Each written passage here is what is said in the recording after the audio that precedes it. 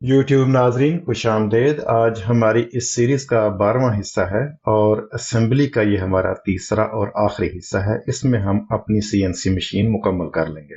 तो आइए देखते हैं। सबसे पहले मैंने जो साइड की प्लेट्स हैं जिनके ऊपर हमारी लीनियर रेल चलनी है यानी वाई एक्सिस की, उनको मैंने इन क्लैंप्स के अंदर बांधा। ये क्लैंप्स जो हैं ये चौखटा तैयार करने के लिए हैं। आप देख रहे हैं कि इसकी हर क्लैंप के दो हिस्से हैं। तो एक तरफ चौकोर का एक हिस्सा और दूसरी तरफ दूसरा हिस्सा है। तो मैं इनके अंदर वो प्लेट्स को बांध रहा हूँ। मुझे यहाँ पे इनकी जो लीनियर रेल अटैच हैं साथ वो उतार लेनी चाहिए थी, क्योंकि उनके वजन की वजह से वो प्लेट एक तरफ को टिल्ट हो रही थी। बहरहाल मैंने उनको एक सीधी लाइन में इसके अंदर कस लिया था। ये एक तरफ का है और ये दूसरी तरफ का। इसके बाद मैं इसके ऊपर जो सामने वाली प्लेट है वो लगाऊंगा। ये सामने वाली प्लेट है।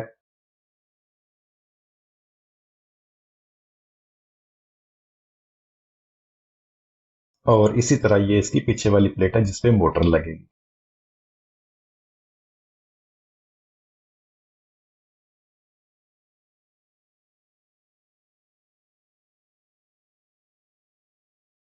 और अब इनको पेच लगाने से पहले मैं ये चेक करूंगा कि ये पट्टियां बिल्कुल सीधी लगी हुई हैं।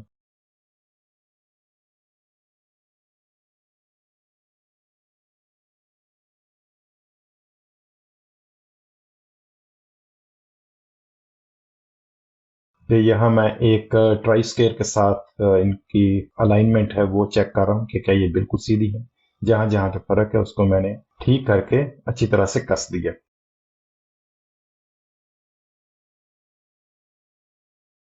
इसी तरह से ये दूसरी प्लेट।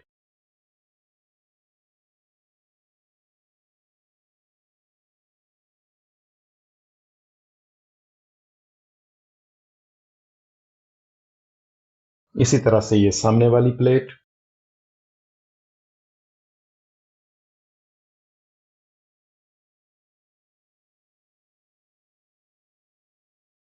और इसी तरह से ये पीछे वाली प्लेट जो मोटर वाली प्लेट है।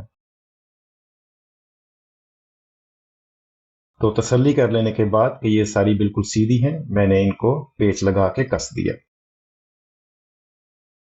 ये हमारा चौकटा जो है वो तैयार है। तो इसके बाद भी पेच लगाने के बाद भी मैंने इनको दोबारा से चेक किया कि क्या ये जो एंगल हैं, जो जाविये हैं, ये 90 दर्जे यानी 90 डिग्री पे हैं। तो एक तरफ थोड़ा सा फर्क था। उसको हम कवर कर लेंगे। वो फर्क भी सिर्फ इसलिए आया था कि जो प्लेटें हमने काटी हैं इनके जो सामने के फेस हैं वो बिल्कुल सीधे नहीं थे। थोड़ा सा उनमें फर्क लाजमी होगा जिसकी वजह से इस पर थोड़ा सा फर्क आया। तो उसके बाद मैंने ये इसकी रेल्स उतारी थी ताकि हम इसके ऊपर बेरिंग चढ़ा सकें। लेकिन यहाँ पे आप देख रहे हैं कि मैं बेरिंग लगाए बगैर इनको दोबारा लगा रहा हूँ, भूल गया था। तो मैंने फिर इनको दोबारा खोला। खोलने के बाद इसके ऊपर बेरिंग चढ़ाई। आप बेरिंग देख रहे हैं। और अब मैं इसको दोबारा पेच लगा रहा हूँ।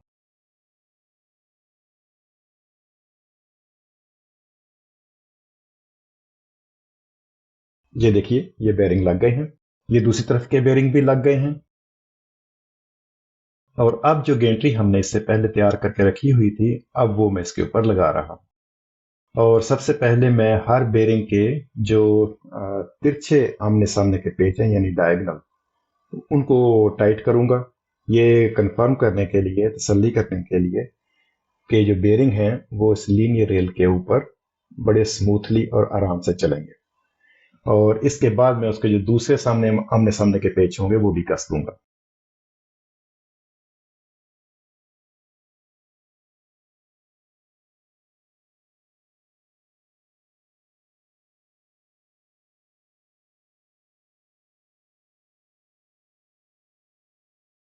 तो ये देखिए मैं उनके जो तिरछे आमने सामने के पेज हैं वो कस रहा हूं एक तरफ से। और इसी तरह दूसरी तरफ से भी इनके जो तिरछे आमने सामने के पेज हैं यानी कि डायगोनल जो है वो टाइट कर रहा हूं। तो ये मैंने वो पेज कस लिए हैं। अब मैं गेंट्री की मूवमेंट को चेक करूंगा कि क्या ये बिल्कुल स्मूथ है। तो ये है तो स्मूथ, लेकिन इसमें थोड़ा सा फर्क आ गया। मैं भी आपको ये दोबारा से दिखाता हूँ कि ये क्या फर्क था। ये इस तरफ ज़ाहिर है, अगर एक तरफ से फर्क आएगा तो दूसरी तरफ से भी आएगा। तो ये देखने के बाद कि रेल जो है वो स्मूथ चल रही है, मैंने उनके दूसरे पेच भी कस दिए।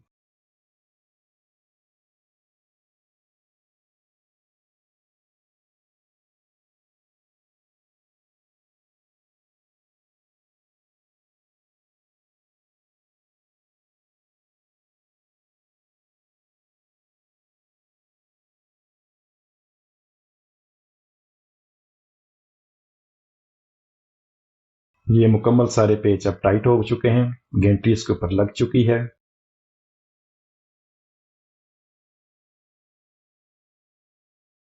ये फर्क है, तकरीबन 2 या 3 मिलीमीटर का फर्क है।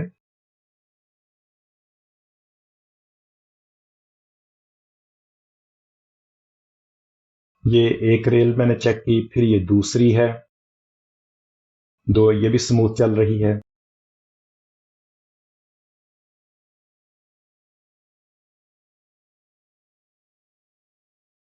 और ये वाली जो तीसरी है, ये स्मूथ नहीं चल रही। ये इसका क्या मसला था वो आपको वीडियो के एंड पे पता चलेगा। ये है वो फासला जिसकी मैं पहले बात कर रहा था कि ये 2-3 मिलीमीटर का फासला है, ये तो सारी चीज खराब करके रख देगा, कोई भी डिजाइन ठीक नहीं बनेगा। एक और गलती मुझसे हुई थी ये कप प्लेट काटते वक्त। ये देखिए, ये जो फट्टी थी ये मुझे थोड़ी सी छोटी कट गई थी, और छोटी कटने की वजह से मैंने इसके ऊपर रेल लगा ली थी। सारा कुछ हो गया था, तो मेरे पास अब वक्त नहीं था मैं इसको दोबारा से करता। लेकिन गलती मैंने ये की कि उसी हिसाब से मैंने ये जो सुराख हैं साइडों के पट्टियों के, इनको ठीक बराबर नहीं किया था, सेंटर में नहीं किया। तो वो आप देख रहे हैं कि जो मोटर का सुराख है बिल्कुल सामने, वो थोड़ा सा नीचे है।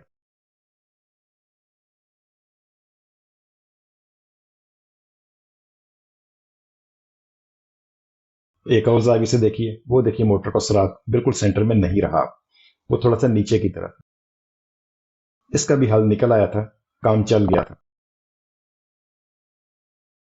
वो जो 2-3 मिलीमीटर का फासला था उसको दुरुस्त मैंने इस तरह से किया कि सबसे पहले मैंने वो ये फटी दरमियान वाली, इसको मैंने पहले लेफ्ट साइड पे लगाया, अच्छी तरह से फिक्स कर लिया।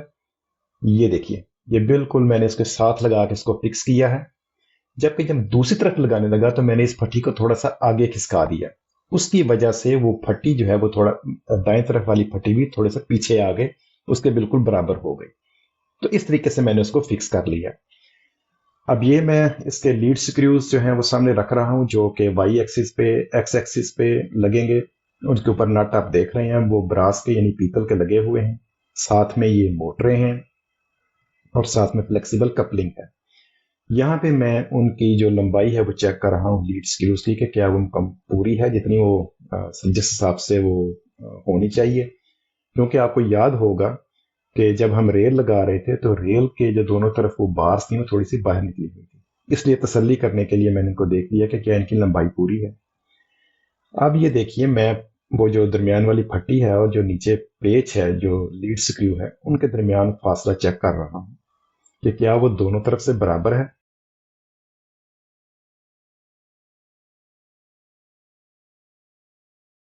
तो ये एक तरफ से तो 3078 आप देख रहे हैं, और दूसरी तरफ मैंने ले जाके जब उसको चेक किया तो इसमें पहले तो थोड़ा सा फर्क आया। मैं थोड़ा सा परेशान जरूर हुआ कि ये इतना ज्यादा फर्क आना नहीं चाहिए था। हो सकता है मुझसे ये जो लीनियर रेल है बाई एक्सिस की, ये ठीक नहीं लगी। तो ये सबसे पहले तो 31.27 आया। जब मैंने इसको दोबारा से चेक किया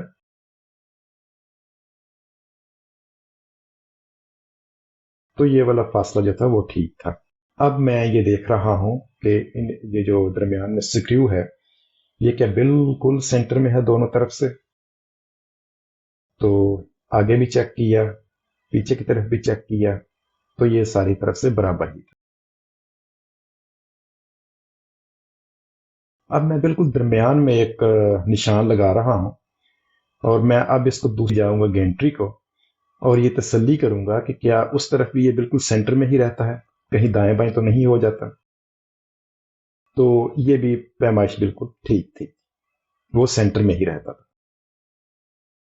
इसी तरह अब मैं एक्स एक्सिस को देख रहा हूं, जिस तरह मैंने वाई एक्सिस को देखा।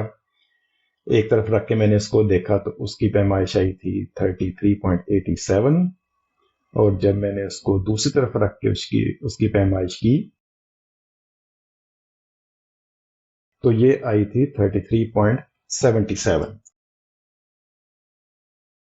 अब एक मसला और आ गया, और वो ये था कि जो नट था हमारा लीड स्क्रू का वाई एक्सिस पे, ये थोड़ा सा ऊपर हो गया। वो आप देख रहे हैं कि वहां पे जाके अड़ गया है। तो इसको मैंने एक तरफ से रगड़ लिया था, और रगड़ने के बाद ये दो नट हमारे सामने आएंगे जो हम लगाएंगे इसके अंदर। एक है वाई एक्सिस के लिए और एक है एक्स एक्सिस के लिए। तो ये देखिए, मैंने वो एक्स वाई एक्सिस के ऊपर पहले लगाया, और लगाने के बाद मैं चेक कर रहा हूं कि जो उसके ऊपर तख्ती है, जो फटी है जिसके ऊपर इसने फिक्स होना है, उनके दरमियान फासला कितना है एक तरफ। तो ये इस तरफ तो तकरीबन बिल्कुल साथ मिला हुआ था। जब मैं इसको दूसरी तरफ लेके आया और मैंने गैंट्री इसके ऊपर रखी, इस तरफ से फासला थोड़ा सा ज्यादा था। तकरीबन तकरीबन मेरे ख्याल में ये आधा मिलीमीटर या 1 मिलीमीटर का फासला था। ये 1 मिलीमीटर से कम का ही फासला था। तो बहरहाल ये भी टॉलरेबल था, इसको भी टॉलरेट किया जा सकता है। मैं इसको बाद में फिक्स करूंगा। इस तरह की जो मोटर है इसको मैं थोड़ा सा ऊपर कर दूंगा तो ये फासला भी खुद ब खुद बराबर हो जाएगा। अब इसकी मैं एक और चीज चेक कर रहा हूँ, वो ये है कि ये जो दरमियान में मैंने सुराख लगाया हुआ है ब्लैक कलर का, काले रंग का, फटी के ऊपर और दूसरा नट के ऊपर, तो ये देखना है कि क्या ये दोनों एक तरफ से बराबर हैं।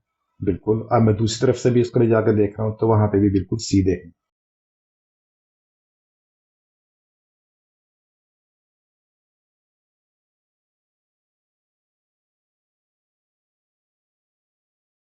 इसी तरह मैं जो उसकी एक्स एक्सिस है उसके ऊपर मैं उसको लगा रहा हूं। एक तरफ का मैंने उसको पहले चेक किया। आप देख रहे हैं कि ये सेंटर में नहीं है। जो मैंने पहले आपको बताया था ना, जो मुझसे फट्टी छोटी कट गई थी, तो उसकी वजह से ये जो नट है बिल्कुल सेंटर में नहीं है उस लकड़ी के पीस के ऊपर। अब मैं इसी तरह इसको दूसरी तरफ से चेक कर रहा हूँ।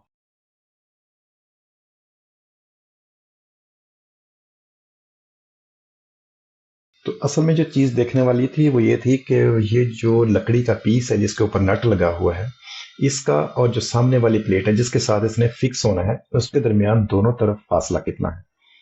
तो ये फासला भी तकरीबन दोनों तरफ से बराबर ही था। ये आपको जो फ्लेक्सिबल कपलिंग है, ये आपको थोड़ी सी झुकी हुई नजर आ रही है ना, इसके ऊपर आपको बेंड नजर आ रहा है। तो ये एक तरफ का थोड़ा सा फासला यहाँ पे नीचे हो गया है, तो मुझे यहाँ पे मोटर को नीचे करने की जरूरत है। अब ये जो फासला जिसके वजह से वो कपलिंग और झुकी हुई थी, उसकी मैं रीजन तलाश कर रहा था, तो वो आप देख सकते हैं कि दोनों तरफ में थोड़ा सा फासला है, थोड़ा सा फर्क है।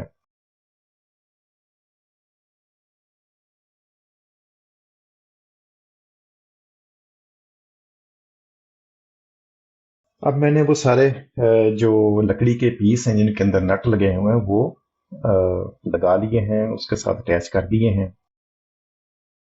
तो अब मैं ये एक ग्लू है, वो इस ग्लू को लकड़ी के जो जहाँ से मैंने काटे हुए हैं पीसेस उनके ऊपर लगा रहा हूँ, क्योंकि यहाँ से कुछ लकड़ी के छोटे छोटे पीस बाहर निकले हुए थे जो कि हाथों को चुभ रहे थे।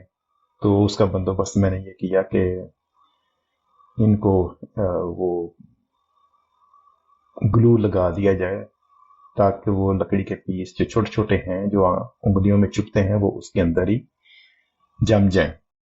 ये मैंने इस मशीन के तकरीबन तमाम के तमाम हिस्सों पे लगा दिए थे जो कटे हुए हिस्से थे।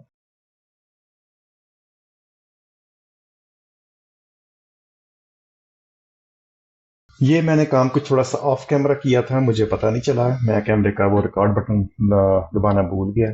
तो जो काम मैंने ऑफ कैमरा किया है वो मैं आपको दिखा देता हूँ। ये पीछे उसकी पट्टी मैं अब दोबारा उतार रहा हूँ। और उतारने के बाद जो मैंने उसके पेच लगाए थे जेड एक्सिस के, वो आप देख सकते हैं कि वो इस तरह से लगे थे। और मैं आपको ये भी बता दूं कि ये जो जेड एक्सिस का लीड स्क्रू है ये बाकी दोनों से मुख्तलिफ है। उनकी जो लीड है वो 8 मिलीमीटर की है और इसकी जो लीड है वो 1 मिलीमीटर की लीड है।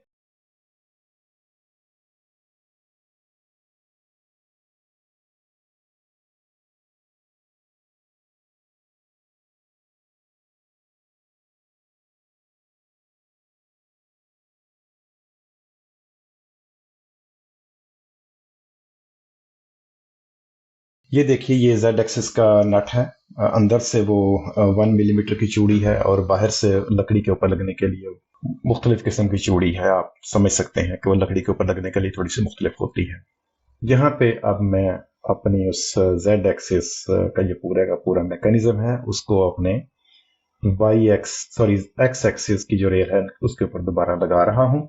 इनको भी पेचों को मैं बारी बारी डायगनल जो आमने सामने हैं, तिरछे जो आमने सामने पेच हैं उनके हिसाब से आहिस्ता आहिस्ता एक एक करके मैं टाइट कर रहा हूँ ताकि इसकी जो मूवमेंट है रेल के ऊपर वो किसी तरह से डिस्टर्ब ना हो। ये ना हो कि जो बेरिंग की अलाइनमेंट है वो खराब हो जाए जेड एक्सिस की तरह और वो इसके ऊपर बिल्कुल स्मूथ ना चल सके।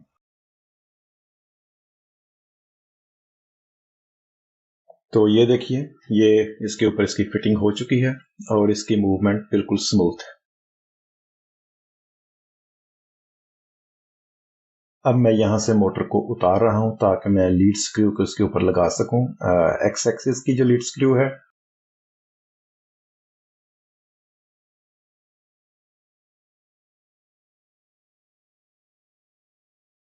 ये मैंने इसके ऊपर लीड स्क्रू लगाया।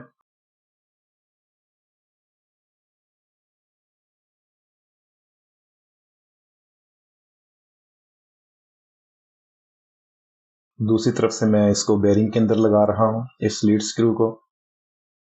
और इस तरफ से ये मोटर और उसकी कपलिंग।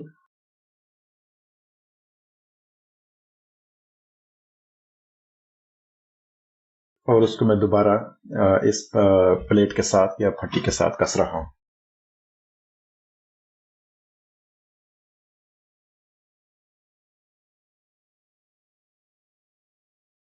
ये जो इसकी कपलिंग है अब मैं उसको टाइट कर रहा हूँ एलन की के साथ। एक तरफ मोटर पे और दूसरी तरफ लीड स्क्रू पे।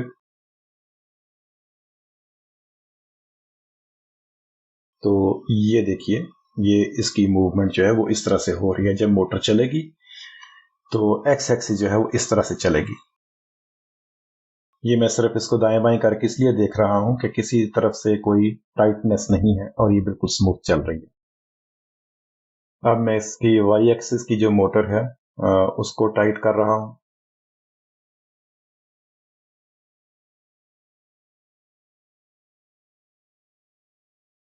और ये हमारी मशीन की पूरी जो असेंबली है वो तैयार हो गई है। तो ये मैं उसको दोबारा से घुमा के चेक कर रहा हूँ। ये मोटर साइड पे जो लगी हुई है मेरे बिल्कुल जो साथ है वो इसको चलाएगी और इस तरह से इसकी मूवमेंट होगी। ये भी मैं सिर्फ इसलिए देख रहा हूँ कि किसी किस्म की कोई टाइटनेस तो नहीं आ रही एक तरफ से दूसरी तरफ जाते हुए।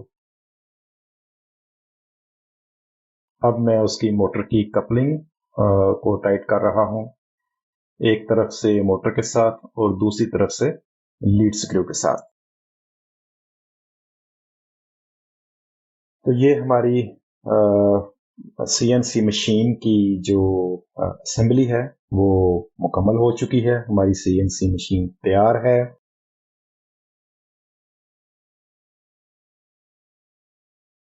ये देखिए ये इसके ऊपर हमारा वो रूटर या मोटर चलनी है जिसने काटना है चीज को। ये मैं उसका होल्डर लगा रहा हूँ।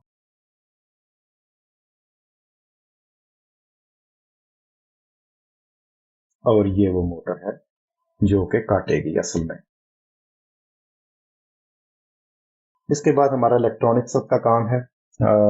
वो उसकी वीडियो अब मैं बाद में आपको सारी दिखा दूंगा कि उसके इलेक्ट्रॉनिक्स किस तरह से साथ चलेंगे और वो मोटरिंग किस तरह से काम करती हैं, मैं बड़ी तफसील के साथ आपको बताऊंगा। तो ये हमारी फाइनल असेंबली है।